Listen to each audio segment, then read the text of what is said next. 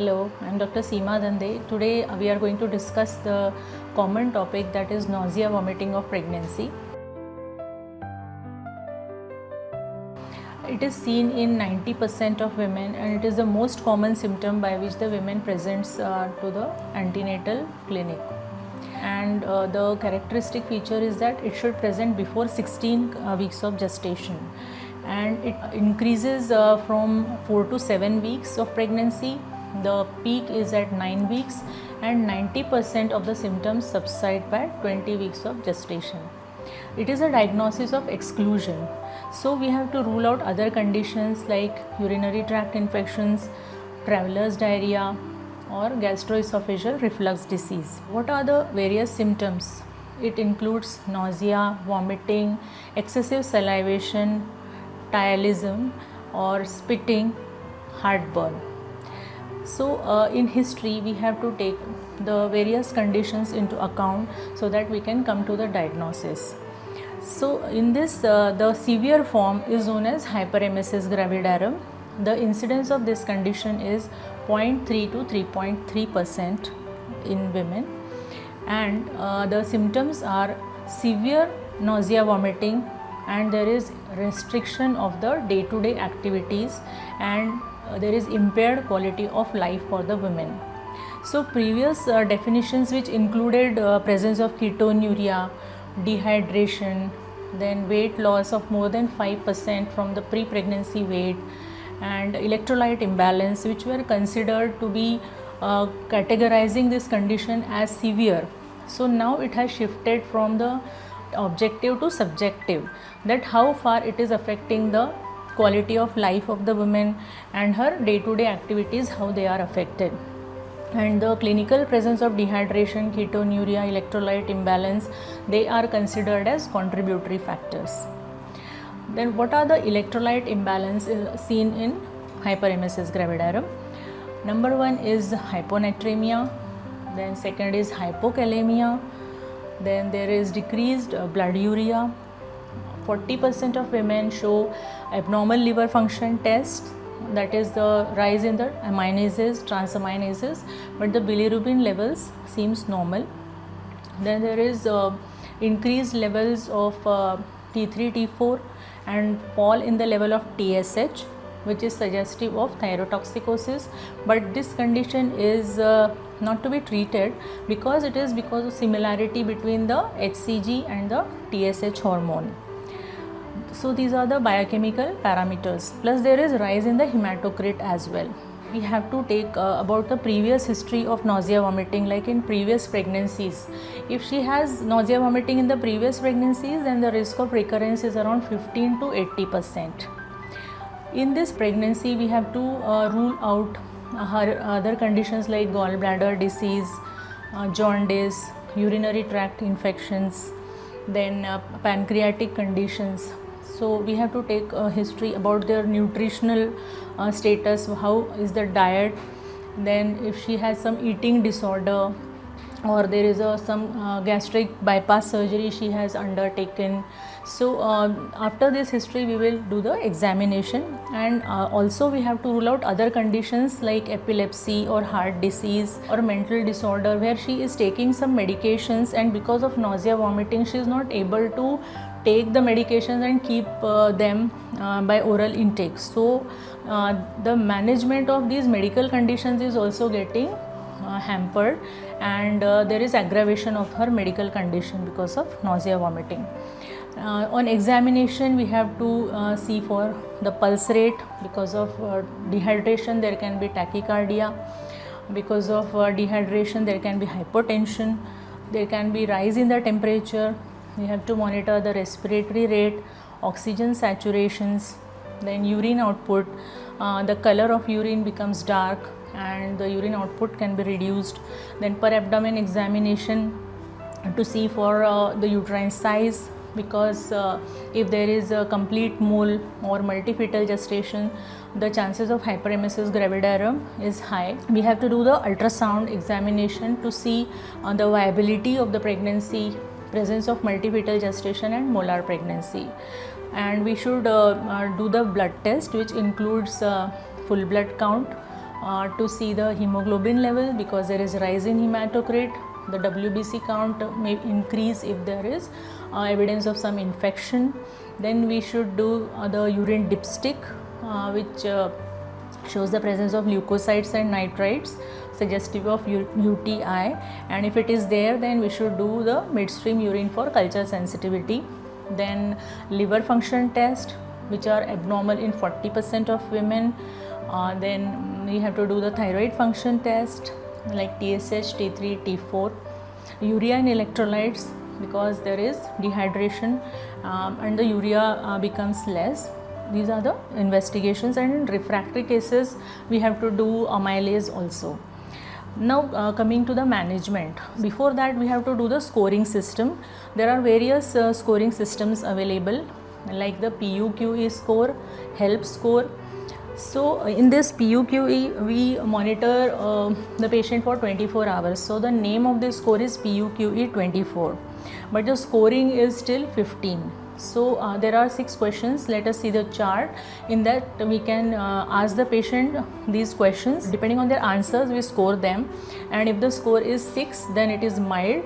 7 to 12 is considered as moderate, and 12 to 13 or more than 13 it is considered as severe. So depending on the scoring system, we have to manage these patients. Now there are 3 levels of care, that is the community care, ambulatory care, and third is the inpatient care, right? So the community care is done at home when there is a mild type of nausea, vomiting. In this, the midwife or the general physician or the gynecologist, they can treat the patient by giving oral antiemetics or rarely intramuscular antiemetics, and in some cases little rehydration is needed. So there is a concept of in-house hospital management, like the midwife can go and put IV line for some short period of time so that the rehydration is achieved. So there is less disruption of her day-to-day activities. Then second is ambulatory care, when she is not able to take anything down orally and she needs IV fluids, IV antibiotics. So she comes in the morning, take the fluid, IV antibiotics or IV antiemetics, and then she can go home. The third is the inpatient care. It is done for the scores which are more than or equal to 13, or if the score is less but there are associated comorbidities. So the indications for inpatient care are number 1, there is continuous nausea, vomiting and inability to take down oral antiemetics. There is continuous nausea and vomiting associated with clinical dehydration. There is more than 5% of the pre-pregnancy weight loss, ketonuria. Along with this, it is a contributory factor. If there is UTI and she needs IV antibiotics and she cannot take oral antibiotics, in that case also we need inpatient management. And fourth is, if she has medical conditions like epilepsy, heart disease or mental disorder, HIV, when she cannot take the oral medications, in those cases she needs admission. Now let us discuss how we go for the management. So first we grade according to the PUQE score. So when the management is in 3 to 12, when there are no complications, we have to manage in the community level.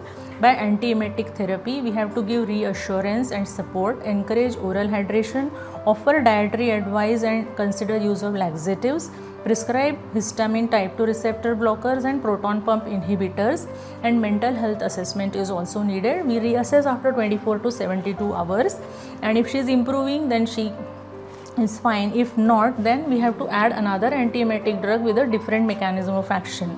We don't have to change from one to other, but we have to add the second drug and again observe for the results, right? So if the PUQE score is more than or equal to 13 with no complications, inability to take oral antiemetics and community measures have failed, then in those cases we have to give the ambulatory management. And if there is any red flag like any PUQE scores with complications, inability to take oral medicines, unresponsive to the OPD management, clinical dehydration, weight loss more than 5% body weight, confirmed or suspected comorbidities like diabetes, UTI, comorbidities and unable to take medications like epilepsy, HIV, hypertension, hyperadrenalism, psychiatric disorder, or concerns regarding mental health, then refer for inpatient management. So in the ambulatory unit, we insert the vein flow, send the relevant blood test, prescribe antiemetics, IM or IV, and IV fluids. The fluid of choice is the normal saline, that is 0.9%, and we have to add 20 ml of KCl over 1 to 2 hours. We have to give supplementation with thiamine, that is 50 mg 3 times a day. So regarding the inpatient management, we have to give antiemetics, IM or IV fluids, that is 0.9% saline with potassium chloride, but we have to monitor the electrolytes as well. And thiamine supplementation is must, that is 50 mg 3 times a day. The most important is that we have to give the VTE prophylaxis for the duration of admission in these patients. Again, we have to give histamine 2 receptor blockers, proton pump inhibitors, mental health assessment, and schedule ultrasound scan to know the viability, gestational age, and assess for trophoblastic disease or multifetal pregnancy. We have to give laxatives if there is constipation. And if this is not helping, then we will consider enteral or parenteral nutrition. Regarding the safety of the drugs, there are various classification of drugs. So the licensed drug is the doxylamine pyridoxine, 20 mg plus 20 mg is the licensed medication for this, and if it is not getting relieved, then we can add 10 plus 10 in this in the afternoon. The first line medication are the cyclizine, prochlorperazine, promethazine, and the chlorpromazine. These are the first line medications. They can be given in oral or intramuscular or IV route. If this is not helping, then we will add the second line medication, which include the metoclopramide, that is the Perinom, which is most commonly available, and it can be given oral, intramuscular, intravenous, or subcutaneous preparations are also available. The second is the domperidone.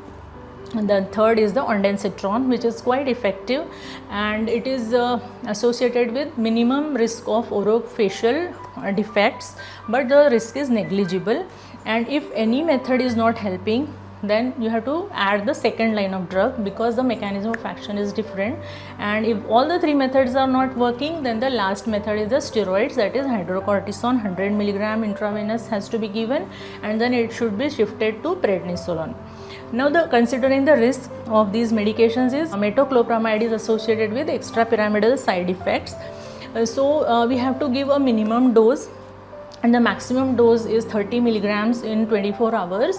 And if we have to give IV, then it should be pushed slowly over 5 minutes, and it should not be given for more than 5 days. If the patient is getting relief, then the first drug to be stopped is metoclopramide.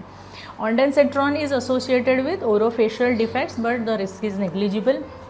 Then in case if there is severe nausea, vomiting, it can cause demyelination and Wernicke's encephalopathy, which is characterized by nystagmus, auriflexia, confusion, but there is no risk of convulsions or seizures, because if the patient of nausea vomiting presents with seizures, then it is because of hyponatremia rather than Wernicke's encephalopathy.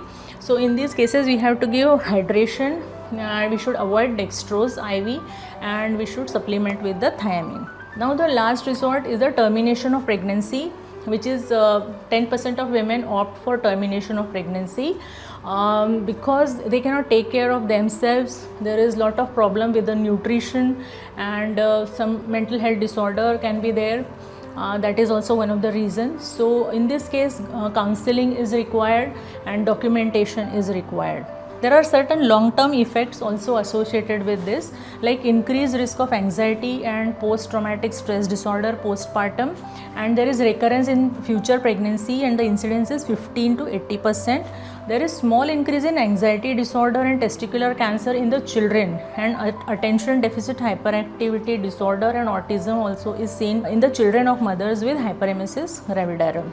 So the self-monitored recurrence risk of hyperemesis is extremely high, that is 89%. So we have to advise them about the lifestyle, dietary modifications and antiemetics that were useful in the index pregnancy, so that there is reduction in the risk of nausea, vomiting of pregnancy and hyperemesis in the current pregnancy. So this is all about nausea, vomiting and hyperemesis. If you like the content of this video, please hit the like button and follow my channel. Thank you.